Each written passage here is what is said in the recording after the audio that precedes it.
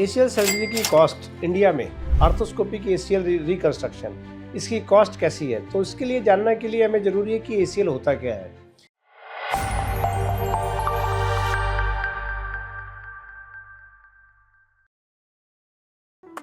Hello friends, मैं हूं doctor Neeraj Yadav the D and spine centre से। आज हम जानेंगे कि एसीएल सर्जरी एक साधारण हमें कितनी कॉस्ट पड़ती है।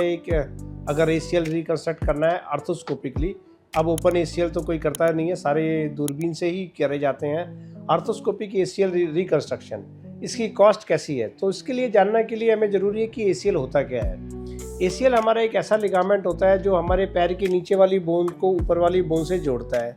जब ये लिगामेंट जो हमारा टूट जाता है, पार्शियल टीयर है या कंप्लीट टीयर है, और जिसमें सर्जरी की सलाह दी जाती है, वह इसलिए दी जाती है क्योंकि ताकि हमारी जॉइंट की इंस्टेबिलिटी ख़त्म हो जाए और फ्यूचर में हम अपने जॉइंट को सेव कर सकें। तो इसको बोलते हैं ACL surgery. Friends, ACL surgery की कॉस्ट बहुत सारे फैक्टर्स पे डिपेंड करती है। सबसे पहले तो कॉस्ट डिपेंड करती है कि कौन सा इंफ्रास्ट्रक्चर में आप एसीएल सर्जरी करा रहे हैं। जैसे कि हम समझे कि हम अपने गवर्नमेंट सेटअप में एसीएल सर्जरी करा रहे हैं, तो उसमें कॉस्ट हमारी सिग्निफिकेंटली रिड्यूस हो जाती है। किसी प्राइवेट सेंटर में करा रहे हैं या सेमी प्राइवेट सेंटर में करा रहे हैं तो कॉस्ट हमारी थोड़ी सी बढ़ जाती है।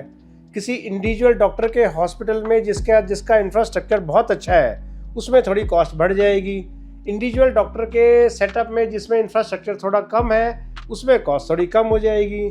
और अबव ऑल अगर हम यही सर्जरी एक कॉर्पोरेट हॉस्पिटल में करते हैं, किसी मल्टीपल चेन हॉस्पिटल्स में करते हैं, तो फ्रेंड्स वहाँ पे कॉस्ट ज़्यादा आती है क्योंकि उन लोगों के डेली एक्सपेंसेस ज़्यादा होते हैं। ऐसा बिल्कुल नहीं सोचना है कि कॉर्पोरेट में ये सर्जरी 5 लाख की हो रही थी और गवर्नमेंट में ये सर्जरी 50,000 की हो रही थी, तो इतनी वेरिएशन क्यों। फ्रेंड्स, सारी की सारी वेरिएशन डेली कॉस्टिंग के ऊपर डिपेंड करती है कि वो हॉस्पिटल का एक फिक्स बजट प्राइस क्या है कि जिसके अंदर पेशेंट को नो हार्म टेक्निक के साथ अच्छा एसीएल रिकंस्ट्रक्ट हो जाए। तो सबसे पहली बात हुई कि infrastructure is directly proportional to cost. Second बात, अगर हम बात करें कि इम्प्लांट, क्वालिटी ऑफ इम्प्लांट, अब वैरायटी ऑफ इम्प्लांट्स आते हैं।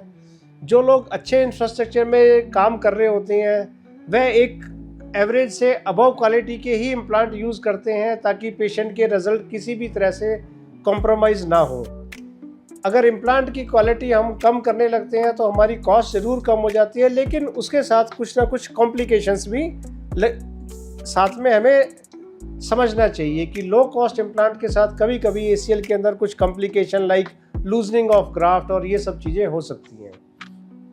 तीसरा फैक्टर जो है, मोस्ट इम्पॉर्टेंट फैक्टर है सर्जन्स एक्सपीरियंस। फ्रेंड्स, हर सर्जन के अपने एक्सपीरियंस कर्व के साथ उसकी एक सर्जन फीस इंक्रीज होती रहती है। जो सर्जन अभी न्यूली कमर सर्जन है वह कुछ कम चार्ज करते हैं, जो मिडिल एज में आ गए हैं वह थोड़ा ज़्यादा चार्ज करते हैं, जो हाई एंड सर्जन्स हैं उनकी सर्जन फीस थोड़ी सी रूटीन के सर्जन से थोड़ी सी ज़्यादा होती है। डिपेंड करता है कि आप कौन से सर्जन से सर्जरी करा रहे हैं। यह भी एक फैक्टर है जो हमारी एसीएल कॉस्ट को कहीं ना कहीं प्लस माइनस करता है।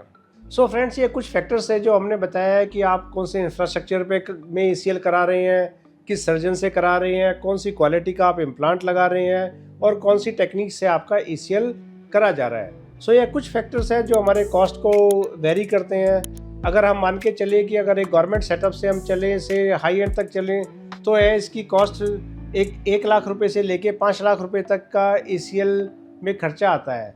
लेकिन अगर हम एक बहुत ही एवरेज मान के चलें कि एक एवरेज सारी चीज़ें और अबव एवरेज के अंदर किस प्रकार का कितना खर्चा आ सकता है, तो फ्रेंड्स ऐसे के अंदर 1.5 लाख रुपए से 2.5 लाख रुपए के अंदर हमारा अच्छे इम्प्लांट के साथ, अच्छी क्वालिटी के साथ, 3 से 4 दिन के हॉस्पिटल के स्टे के साथ, अच्छी मेडिसिन वगैरह लगाने के बाद यह एक साधारण खर्चे में आपका एसीएल की सर्जरी हो सकती है।